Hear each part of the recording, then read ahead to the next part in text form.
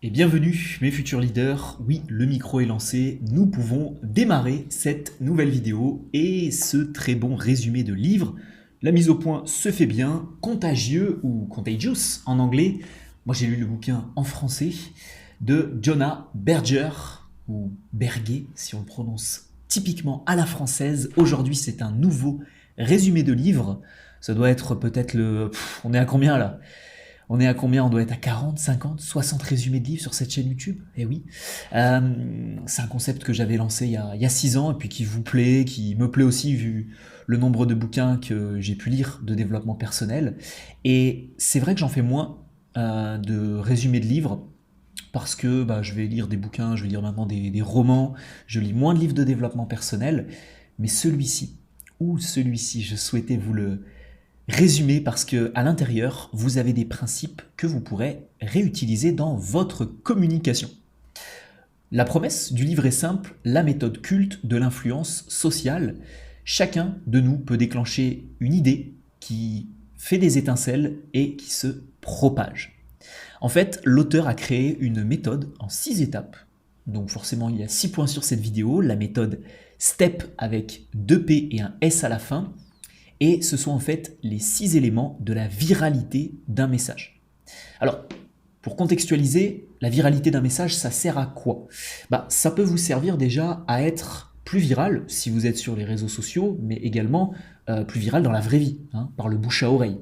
Vous réalisez par exemple une conférence, vous pouvez imaginer le fait que après la conférence, lors d'un petit cocktail dînatoire, les personnes vont pouvoir parler du message que vous avez transmis, parce que justement, il contenait des éléments de cette méthode STEPS. Donc ça peut vous être utile d'un point de vue digital, mais il ne faut pas oublier aussi les relations humaines, le physique. Si vous transmettez des messages qui sont plats, des messages qui ne sont pas impactants, des messages qui ne sont pas charismatiques, ils ne seront pas relayés. Si bien au contraire, vous utilisez des éléments de cette vidéo, eh bien, il y a de grandes chances pour que derrière les personnes parlent de ce que vous avez dit, de vos idées, de votre produit, de vos services, de votre personnalité, vous recommandent, bref, vous m'avez compris, il y a un grand intérêt à devenir viral, que ce soit sur Internet ou dans la vraie vie, et c'est ce que nous allons voir aujourd'hui. Pour ajouter une autre précision, le fait d'être contagieux dans son message, ça n'est pas dû au hasard, ça n'est pas dû à la chance. Ça peut être dû à la chance, vous pouvez avoir un message qui est viral, il y a certaines vidéos qui deviennent virales, on ne comprend pas forcément pourquoi. Bon, si vous faites confiance à la chance pour devenir viral, ça va être un petit peu compliqué. Par contre, il y a de vrais éléments, de vrais outils que vous pouvez mettre en place dans votre communication pour avoir un message plus impactant. Et le premier élément de la méthode, c'est le S de Social Currency, ou en français, la monnaie sociale, le capital social. Les idées qui vous permettent de mettre en avant un fort capital social sont des idées qui seront plus facilement relayées. Le capital social, c'est tout ce qui vous permet de bien vous faire voir au sein de la société. Donc forcément, ça va dépendre de l'époque à laquelle on est. Des idées qui avaient un fort capital social au Moyen-Âge, à l'époque romaine, à l'époque de l'Empire napoléonien ou à l'époque moderne, ne sont pas les mêmes. Donc forcément, ça va être énormément influencé, ce premier point, par la société dans laquelle nous allons vivre et ce qui est mis en avant dans cette société-là. Pour vous donner un petit peu plus d'exemples, je crois avoir fait d'ailleurs une vidéo sur le capital social, je vous invite à vous renseigner là-dessus, mais par exemple dire à quelqu'un que vous étiez à tel événement, que vous étiez à tel concert, que vous avez pu côtoyer telle ou telle star, c'est justement ce qui vous fait gagner en capital social. Le capital social, c'est aussi par exemple avec ses dérives, bien entendu, je ne dis pas que c'est à mettre en avant, mais toutes les personnes qui vont aller à Dubaï, se prendre en photo devant des Lamborghini, devant le Burj Khalifa, et qui ensuite vont rentrer en France et manger des pâtes pendant 6 mois, tout ça c'est pour augmenter, bien sûr, de manière très superficielle, leur capital social. Le mieux étant de pouvoir faire ça dans son lifestyle au quotidien, vous en conviendrez. Donc ce premier point, le capital social, ce que je me suis noté, c'est que c'est vraiment la monnaie d'échange et ce qui permet justement de créer un lien entre les idées et un produit. Et toutes les idées et les produits qui ont un fort capital social sont souvent plus susceptibles d'être propagés. Le deuxième élément, c'est les triggers, en français les déclencheurs. Les déclencheurs, ce sont toutes les idées, tous les éléments de langage, verbal ou surtout non verbal, qui peuvent en fait faire penser à quelque chose.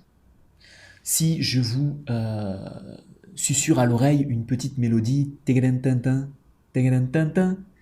forcément vous avez en tête la marque qu'il y a derrière.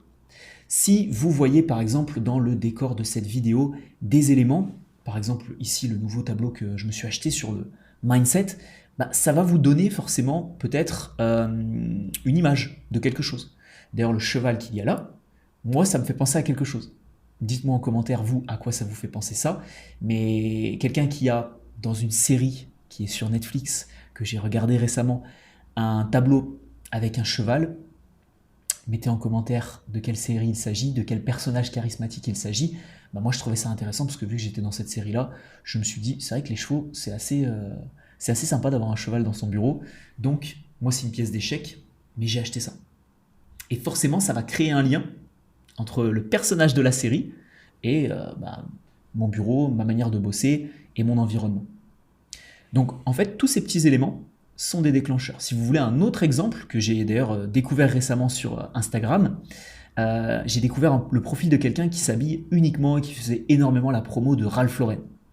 Et à chaque fois du coup que je vois quelqu'un porter du Ralph Lauren, c'est pas en le voyant lui que je pense à la marque, mais c'est en voyant la marque que je pense à lui. Et bien c'est ça les triggers, c'est ça les déclencheurs, c'est tous les éléments qui vont référer à quelque chose, à une idéologie, à une marque, à un symbole. Et d'ailleurs, dans les triggers, dans les éléments déclencheurs, il y a toute la partie non verbale. Dès que vous allez changer de posture, allez, je vous donne un petit conseil qu'il y a dans ma formation Décodage non verbal 2.0, qui d'ailleurs a été intégralement mise à jour. Là, je l'ai mise à jour. Vous avez le décodage des comportements, le décodage des micro-expressions, tout un module sur comment être plus charismatique dans sa manière de parler, les gestes à faire, la posture à avoir. Donc là, vous avez concrètement l'une des meilleures formations sur le marché français sur le non-verbal. Et d'ailleurs, si ça vous intéresse, dans la description de la vidéo, je vous mettrai ce programme-là qui est accessible avec encore, je crois, des facilités de paiement pour le commander. Mais pour ce qui est de la partie non-verbale, un conseil que je donne dans cette formation, c'est que pour analyser le non-verbal de quelqu'un, vous devez analyser les changements de position, les changements de posture que quelqu'un peut avoir qui vont tout simplement révéler et montrer un changement d'état d'esprit. Et ça, c'est très important. Pourquoi ? Parce que d'un point de vue synergologie, quand on analyse le non-verbal des autres, c'est ce qu'on va analyser, le changement de position. Quelqu'un qui va parler comme ça, vous allez prendre la parole, il va vous écouter, il va peut-être changer de posture, il va commencer à parler, il va utiliser cette posture-là, etc. Bon, là, moi, je suis un peu à l'étroit parce que je dois rester dans le cadre, j'ai les micros ici, à l'ordinateur, donc je ne peux pas faire énormément de gestes. Mais si vous avez l'occasion de discuter avec les gens, soyez attentifs au changement de posture. Et si en plus vous avez suivi ma formation Décodage non-verbal 2.0, vous saurez les analyser. Donc dans les triggers, il y a également les changements de posture qui peuvent influencer vos interlocuteurs et montrer certaines émotions. Et justement, on en arrive au troisième point de la méthode, les émotions. Donc là, que ce soit en anglais ou en français, c'est le même mot. Plus un message va être émotionnellement fort, que ce soit dans le positif, dans la joie, dans le bonheur, dans le bien-être, ou triste, colérique, honteux, parfois, plus le message risque d'être viral.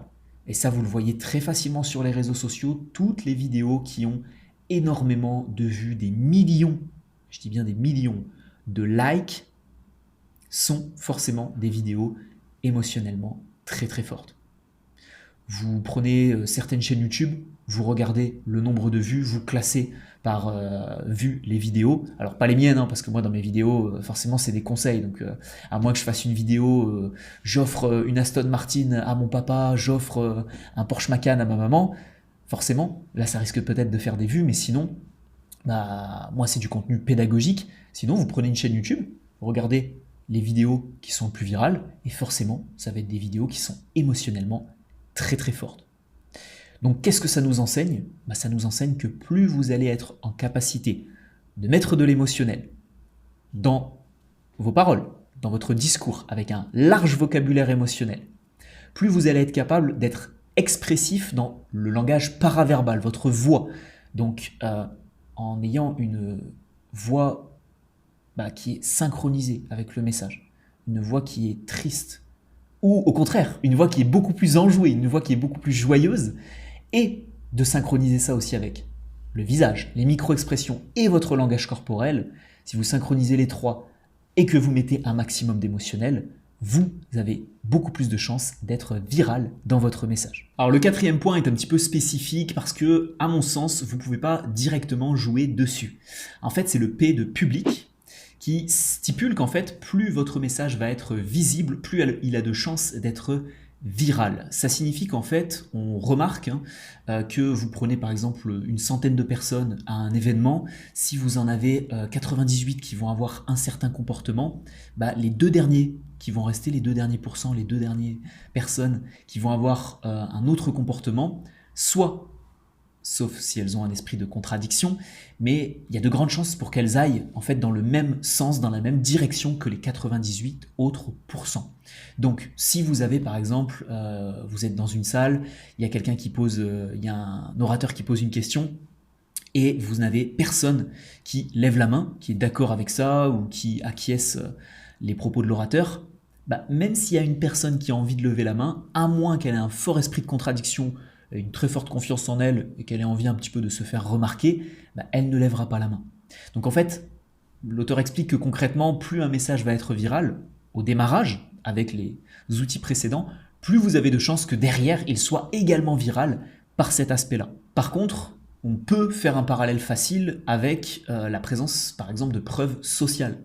Plus vous indiquez de preuves sociales sur ce que vous allez dire, sur le message que vous allez transmettre, plus vous allez pouvoir facilement avoir un message viral et convaincre et influencer votre interlocuteur. Pour rappel, la preuve sociale, c'est tout ce qui va être de l'ordre du témoignage, tout ce qui va montrer que beaucoup d'autres personnes sont d'accord avec vous. Vous pouvez d'ailleurs faire des associations, on en revient presque au point numéro 1. Vous allez dire par exemple que, je ne sais pas, vous êtes coach sportif, vous allez dire que vous avez eu 3000 clients cette année et que forcément, si vous voulez convaincre une personne supplémentaire, il y en a déjà 3000 qui vous ont fait confiance, lui il va forcément vous faire confiance aussi. C'est aussi tout ce qu'on voit sur les taux de satisfaction par exemple, 99% de nos clients sont satisfaits de tel ou tel service supplémentaire, forcément l'interlocuteur en face de vous est plus susceptible aussi de prendre ce service. Ça fonctionne avec la quantité, ça fonctionne aussi avec la qualité, en indiquant à votre interlocuteur que telle personne extrêmement connue a dit qu'il fallait faire ça, donc forcément, d'un point de vue preuve sociale, ça fonctionne aussi. Le 5e élément, cette fois-ci un petit peu plus utile, je trouve, que l'auteur nous révèle, c'est la valeur pratique des choses. Sachez que, en plus de mettre de l'émotionnel, qui pour moi est l'élément, je pense, le plus important de la viralité d'un message, la valeur pratique est pour moi le 2e élément le plus important dans la viralité d'un message. En fait, plus vous allez avoir un contenu utile, plus vous allez avoir un contenu riche, bien sûr, moi je m'appuie énormément là-dessus sur ma chaîne YouTube, plus les personnes autour de vous sont susceptibles d'en parler. Si vous découvrez... alors pas un remède contre le cancer, mais si vous découvrez, récemment j'ai vu une vidéo d'un éplucheur de patates, vous savez tout ce qui se vend sur les foires ou les choses comme ça, là, avec des vendeurs qui sont extrêmement bons là-dedans, c'est des petits outils du quotidien, mais j'avais presque envie, alors quand j'ai regardé le nombre de partages qu'il y avait sur la vidéo, il y avait plus de partages que de likes sur la vidéo, donc je pense que le produit a dû bien se vendre derrière. Et on voit en fait le côté viral de ça parce qu'en fait, vous avez envie de l'envoyer à votre ami qui a du mal à éplucher justement ses fruits, ses légumes, ses patates. Alors les fruits, on les épluche assez rarement, à moins que certains enlèvent la peau des pommes. Mais concrètement, plus le message, plus l'outil, plus le service va être utile, plus les personnes qui vont entendre ce message seront susceptibles de le partager. Les gens aiment partager ça, pour la simple et bonne raison que derrière, ça leur donne un peu de capital social. Ça leur permet justement de partager des bonnes idées à leur entourage et puis leur entourage leur en est reconnaissant. Et c'est comme ça qu'ils peuvent augmenter un petit peu leur valeur sociale. Et le 6e élément que l'auteur nous donne, et là c'est le must-have également, c'est lié à l'émotionnel, c'est lié alors pas forcément si c'est lié à la valeur pratique. En fait pour moi c'est presque le résumé de tout, c'est stories. L'art du storytelling, l'art de raconter des histoires et en fait d'englober tous les principes précédents au sein d'une histoire. Pourquoi ? Parce que dans une histoire, vous allez avoir une morale à la fin. Donc c'est le côté valeur pratique. Dans une histoire, vous allez avoir un contexte, des péripéties, mais aussi beaucoup d'émotionnel, avec des ruptures de pattern pour justement garder en haleine votre public. Au sein d'une histoire, vous allez peut-être mettre de la preuve sociale à l'intérieur en racontant que c'est une histoire très connue ou au contraire en jouant sur la nouveauté, sur le caractère un petit peu novateur de cette histoire, sur le caractère peu connu de cette histoire pour créer justement de l'intrigue. Et on remarque aussi que les messages qui sont les plus susceptibles d'être partagés sont bien souvent des messages qui soit cachent une histoire, soit racontent tout simplement une histoire. Si à votre tour, vous voulez apprendre à raconter des histoires incroyables, il y a aussi la formation Storytelling 2.0 pour structurer vos histoires, être meilleur en improvisation, mettre de l'émotionnel et savoir utiliser les bons mots. Si les histoires sont aussi virales, c'est non seulement parce que elles sont plaisantes à écouter, mais parce qu'elles sont également utiles, parce qu'elles contiennent une conclusion, une morale, une valeur philosophique, sociale à l'intérieur. Donc si vous voulez apprendre tout ça, ça se retrouve dans la formation Storytelling 2.0. Si vous voulez avoir un message plus viral, vous pouvez également acheter le bouquin. Je vous mettrai peut-être dans la description de cette vidéo. Dites-moi en commentaire, ça m'intéresse de savoir quel est le principe que vous trouvez le plus puissant. Est-ce que c'est, comme moi, l'émotionnel et le storytelling? Est-ce que c'est le côté pratique? Si par exemple, vous aviez été touché par l'un de ces différents points, quel aurait été celui que vous auriez partagé? Est-ce que c'est le côté pratique? Est-ce que c'est le côté capital social? Est-ce que c'est le côté déclencheur? Est-ce que c'est le côté conformisme au public sur le point numéro 4? Ça m'intéresse de savoir, donc mettez-le moi en commentaire. Et puis, dernière vidéo de l'année, vendredi prochain, mes futurs leaders, on clôture 2023 par une vidéo sur comment dominer une conversation. 3 analyses de films, 3 analyses de situations différentes. J'espère que vous allez kiffer cette vidéo parce que je vais essayer de vous mettre les scènes de film. La vidéo risque de sauter, d'être démonétisée, mais bon, tant pis, ce sera au moins utile pour vous. Je vous souhaite un excellent week-end, mes futurs leaders, et je vous dis à vendredi prochain.